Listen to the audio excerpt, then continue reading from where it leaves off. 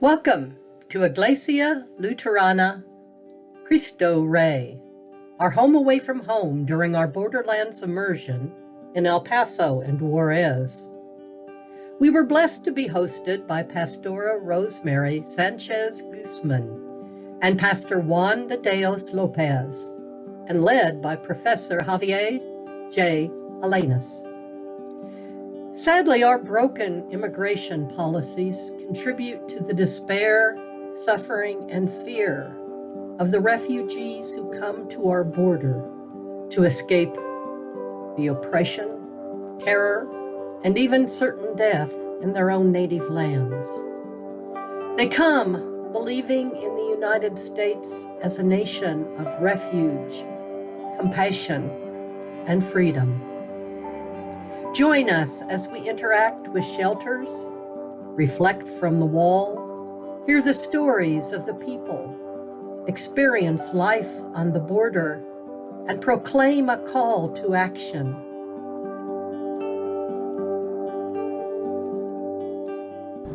Quiero compartir con ustedes 2 minutos de 2 semanas intensas en la frontera, entre El Paso, Texas y Ciudad Juárez, México, donde 7 seminaristas y el profesor Javier Alanis fuimos calurosamente hospedados por la Iglesia Luterana Cristo Rey, Milagro de la Frontera, donde la pastora Rosemary Sánchez Guzmán, su familia, el pastor Juan de Dios López y toda la congregación nos permitieron ser testigos de lo que es vivir el Evangelio día tras día. Fuimos inmensamente bendecidas al estar en espacios sagrados, al ser invitadas a escuchar las historias de todos aquellos que salieron de las tierras que los vieron nacer en busca de refugio, protección, amor, aceptación, una vida con dignidad, respeto, dispuestos a trabajar arduamente a cambio de una oportunidad de vivir y ofrecer un futuro a sus seres amados. Por su seguridad no mencionaré nombres, pero nuestro prójimo buscando refugio no solo son aquellos en las fronteras, en albergues, en centros de detención, no solo son aquellos que están en espera por poder llegar a Estados Unidos o aquellos que llegaron hoy, ayer o el año pasado. Somos aquellos que llevamos toda una vida compartiendo este país con cada uno de ustedes, pero que tristemente pasamos desapercibidos al grado que muchas comunidades siguen creyéndose las mentiras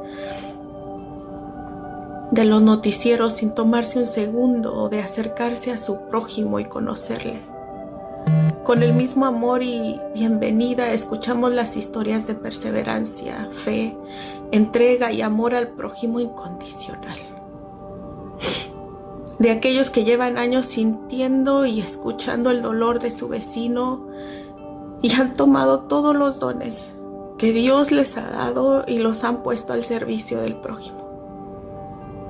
Caminando juntos esta dolorosa e injusta jornada, sintiéndose uno solo como Dios manda, al compartir una fe inquebrantable, una perseverancia infinita, un amor inmenso que te conecta inmediatamente al amor de Jesucristo, un valor que solo puede venir de Dios y un gozo tan indescriptible que no te queda duda de la presencia del Espíritu Santo. The immersive nature of our Encuentro allowed us to see the vibrancy and resiliency of the borderlands firsthand. For example, we visited Café Mayapan, which was started by women who lost their jobs in the wake of NAFTA and decided to work together to provide jobs and training for other women workers. Their resiliency and perseverance transformed the project into a thriving business, and we experienced its joy and cultural vibrancy as we ate together. We also saw resiliency in the ways that El Paso responded to the August 3rd, 2019 Walmart shooting.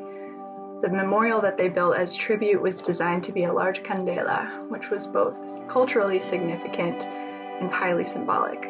As the inscription of the memorial explains, Candela's light transcends borders and connects our hearts as one community. A place where we witnessed vibrant life was at Viva Mexico in Juarez. The dining experience there provided authentic mariachi music, exciting displays from horses and singers, and dances that showcased regional cultures in Mexico. We enjoyed seeing the variety of dances and outfits and the ways that indigenous culture made an impact as well. This vibrancy and resiliency of the borderlands all came to life as we worshiped together on both sides of the border. The first Sunday of the trip, we helped lead a bilingual service at Cristo Rey.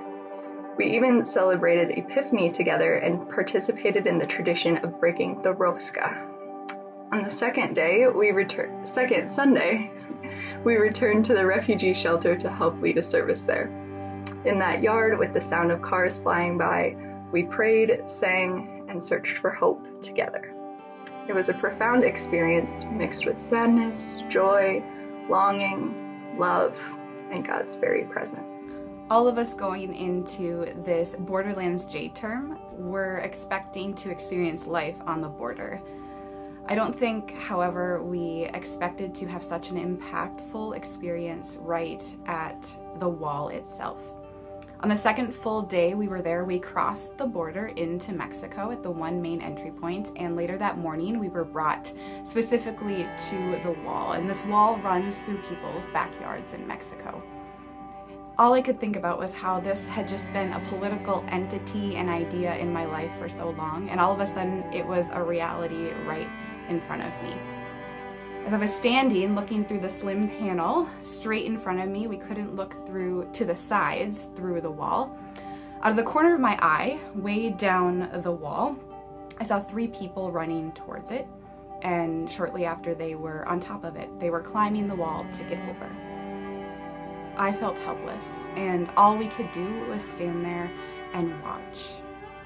This experience influenced the rest of our time as we heard stories from people who were living in the United States, who had crossed the border once or twice or more than twice, just out of love and desperation to meet the people who were there, to get to a place of safety.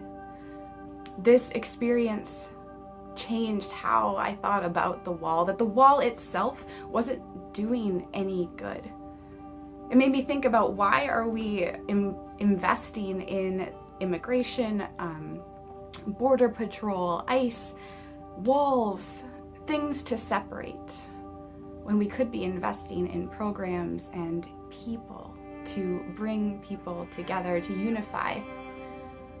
We heard a story about this program that was called Hugs Not Walls, and for 5 minutes people were able on either side of the wall to come together, and they were able to hug and be together for 5 minutes. So family members that they hadn't seen in years, in months, were able to spend some physical time together. And it was heartbreaking then to know that those people then had to separate, all because of a border and a wall. We visited a handful of shelters during our J-term experience.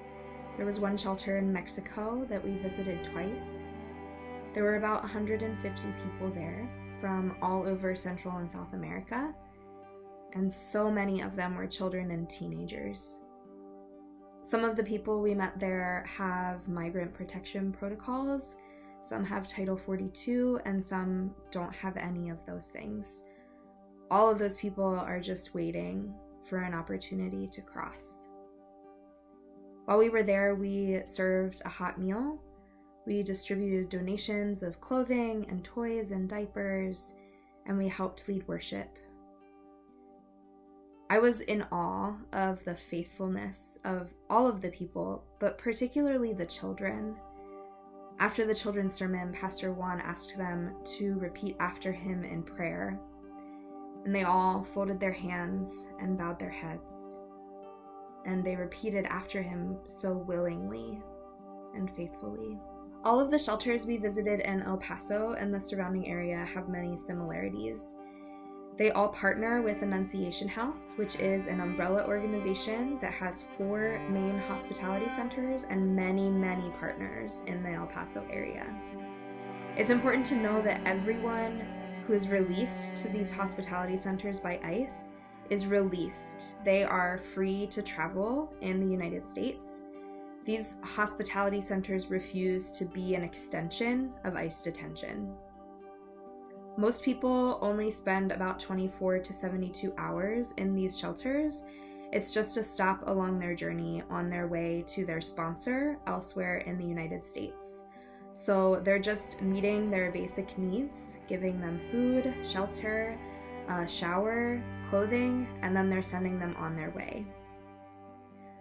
Throughout all of our interactions with shelters, I was overwhelmed by the joy and the love that persists even in the most horrific circumstances.